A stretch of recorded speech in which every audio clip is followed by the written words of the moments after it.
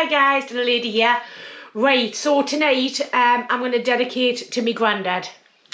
It was his second favourite meal of the week. His first one was a Sunday lunch, and the second one was a Monday morning breakfast. And what he used to have with that is bubbling Squeak. So that's what I'm going to be making today. Leftover veggies and potatoes from the Sunday lunch that I made. And just going to have that fried up lovely with a fried egg on the top. So I'll show you the leftovers that I have. So everybody's leftovers are different, but I'll show you mine. Right, so I have some mashed potato, got some cabbage there, I have some carrots and Brussels sprouts. There's not many of those left, and some these were just some frozen peas that obviously I put through the hot water and everything yesterday. And what me nana used to always do, she used to always fry her veggies off first to get a little bit of flavour and colour into them before she added the mashed potato. So what I'm going to do is I'm going to get some lard in the pan, because that's what she always used to do. It's what Grandad loved. And we'll get on with frying these off. Right, so I've got the pan on a medium heat, got my lard, and put a nice big wedge. I wouldn't normally use this amount if I'm doing it myself. However, I'm doing it how me nana did it for me granddad, because like I said, this is for him. I'm just going to let that melt down. It's been in the fridge, so it'll take a couple of seconds till I've just got the pan on a medium heat for now.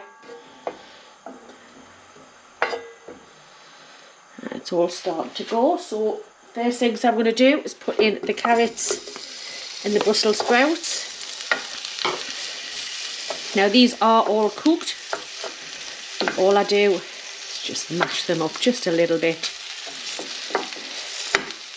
You can use a masher.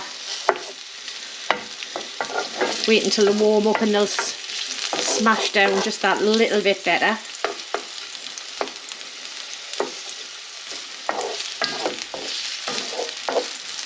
I'm just going to turn that down a little bit more. I can feel it being a little bit splashy. So just get the, there, look, that's what you want. And somebody says to me a couple of weeks ago, well, isn't bubbling Squeak just meant to be potatoes and cabbage?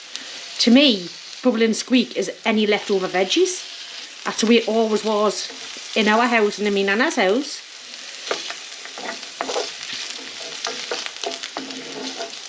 I do have to say though, after a Sunday lunch and me granda having this on a Monday for breakfast, it was pretty windy in me nana's house.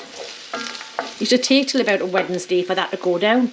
So I want to give them a couple of more minutes and then I'll get the cabbage in there. Right, these are starting to soften off. They have been in the fridge and that's why they're pretty solid. I've done a couple there. There's another one.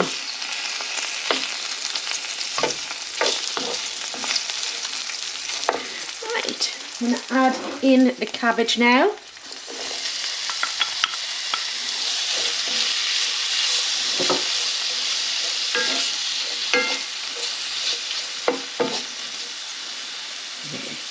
Just going to keep moving these around and smashing them down a little bit. Thing is, people think bubbling Squeak is just bang everything into a pan and fry it for a couple of minutes, but to be honest, it's not like that at all. You do have to like sort of take a little bit of time with it and just let it slowly warm up.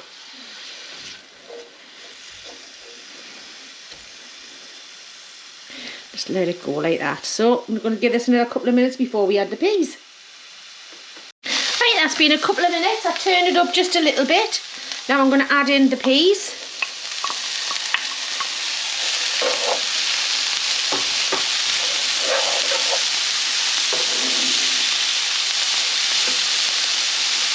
Just let them just warm up a little bit. That's what I'm going to do is I'm going to get I can find it.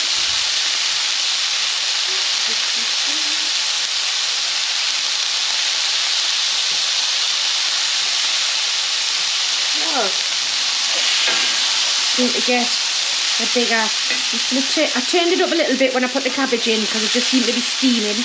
But now we're starting to get a little bit of colour on. That's what you want.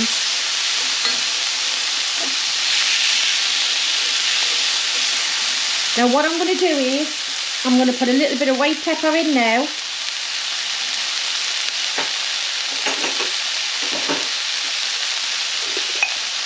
And a little bit of salt, that needs filled up. Just a little pinch of salt. I will be seasoning it again later on once the potatoes are in.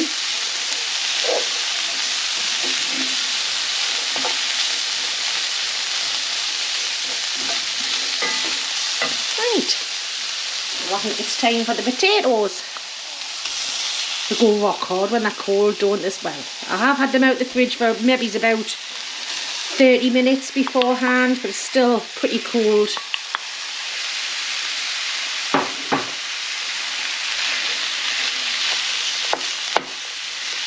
They do go nice and soft once the heat gets into them, and that's when you can mix everything together.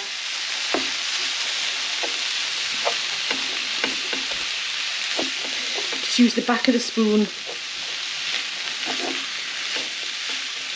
get it all mixed in.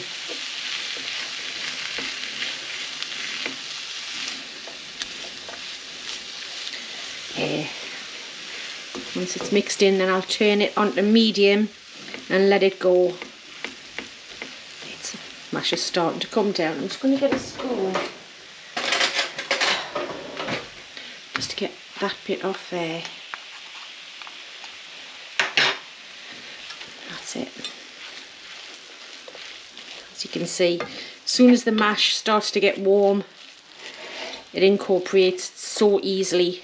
And you've got that little bit of colour on the veg, so you know you've already got flavour in there.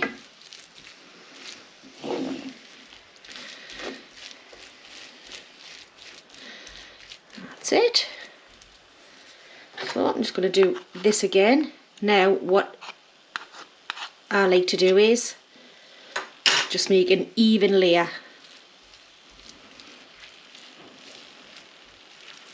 This is where it takes the time,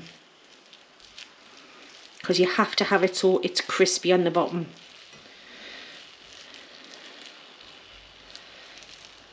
Just press it down.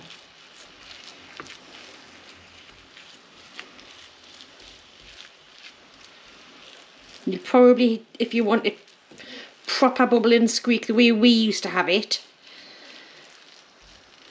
I know all the way up and down the country people maybe do have it differently.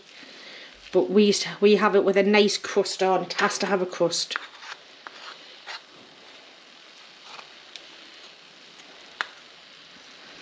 Right. Actually, it'd probably be easier if I use that spoon.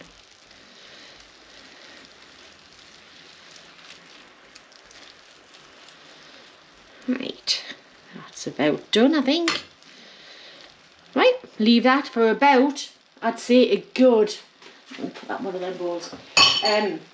A good 10 minutes on medium, and then what we'll do is we'll keep flipping it and flipping it and flipping it. So we'll see you in a couple of minutes. Well, about 10. Right, so that's been 10 minutes. Just going to get this now. Literally going to turn it over. Start getting some colour on it.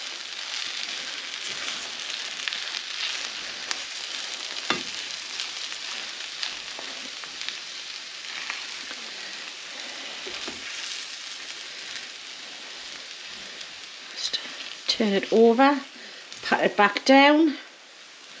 This time I'm going to give it 5 minutes. Right, now we bought these 2 new pans from Lidl's at the weekend. They were meant to be mega non-stick, but if you look, and this pan has had lard in, it's just sticking. So I'm just going to change pans and then I'll come back to you. Right, so I've put it in my original pan. Because to be honest, all of the crust is in there. And it won't come off. And it's been on low.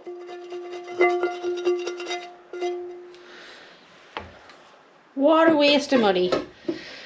But I don't know whether we've just had a dodgy one or what. But we've got a smaller one because we bought two. We bought the bigger one and the smaller one. And we'll have to see how the egg's doing that. So I'll put this back in here. Sorry about this, guys. It should have went perfectly smooth, but it didn't. So I've put it back in here and we'll get a nice crust on it in this pan. Right, so this has only had a couple of minutes in this pan and look at the difference. The whole thing moves. Half the stuff stuck on that other pan. There. That's what we want. Starting to get that crust on there.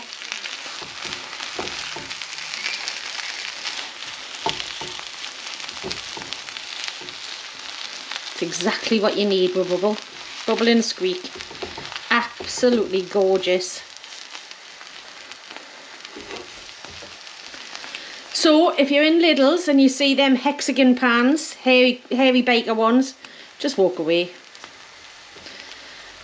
Curious to see what the fried egg's going to be like.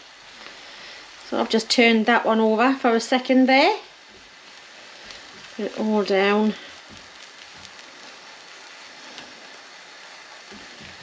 Right, another couple of minutes. Right, so this has been going for a while. Look. Still moving about in the pan. That's what we want. Crust. Oh. Right. So what I'm going to do now, you don't want it to go too far. So I'm just going to press that down now. And I want to start trying to fry the egg in the other little pan we got. Let's see if this is going to be any better. I'm going to transfer this to the back and get this pan on to warm up. Right, so the bubble and Squeak's still going on the back burner. I can't find any butter. Don't know where that's gone. So I'm just going to use a little bit of oil. Just in the middle. That should be enough. Place the egg right onto the oil.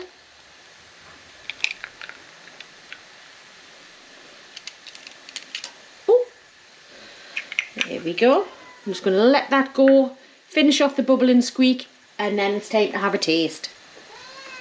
Right, so there's the egg. Just going to get this out. Oh, it's stuck a little bit, but not as bad as the bubble and Squeak. Or has it? Let's have a look. I just don't want to pop the egg. There, it's moving now. So I'm just going to turn that off, let the residual heat finish off that egg, and we'll come over and we'll put the bubble and Squeak on the plate. Right, so I'm just going to get some of this. Look at that crust on there. That's exactly what you want, coming straight out of this pan. Not left a thing left on it.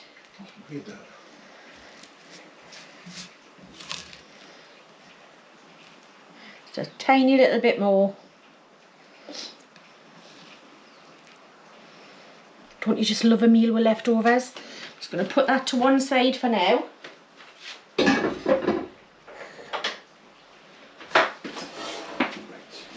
Bring it over this one. It's not stuck as much. I did have to prise a little bit off. But there you go. And to me, on eggs, you always have to have a sprinkling of salt on the top. So there's a little sprinkle of salt. And what I normally use to eat this is a spoon. So I'm just going to get a spoon. And just have a look at that.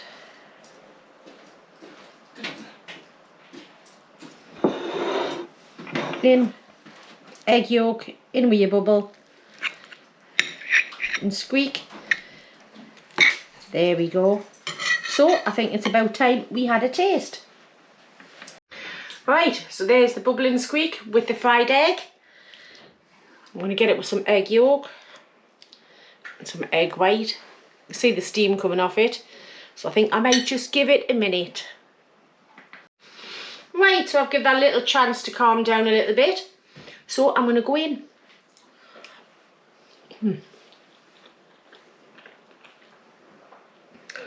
Oh, that's nice. Now that brings back memories.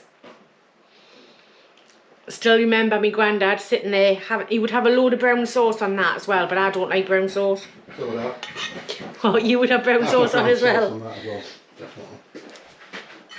But I want to do the taste test on this because I just wanted that memory to come back.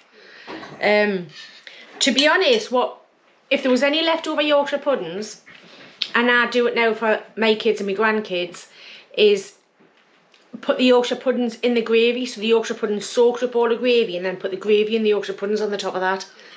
But my granddad, that was it, fried egg, had to be. And brown sauce, like I said. So I'm going to go, oh, got my egg. Just going to go in again.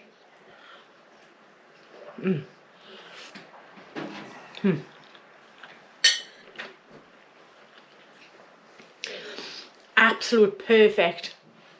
Anytime. My granddad used to have it at breakfast on a Monday. But to be honest, it's just pure comfort food. I would eat that at any point during the day. Probably more than once a day if there was a load of leftovers. But anyway, thank you so much, all of yous, for watching. For all your shares, your subscribes, your comments. Had a couple of controversial ones off the last one. Well, after the chicken sandwich. But I love it. I love it when people debate all these different things. So keep it coming.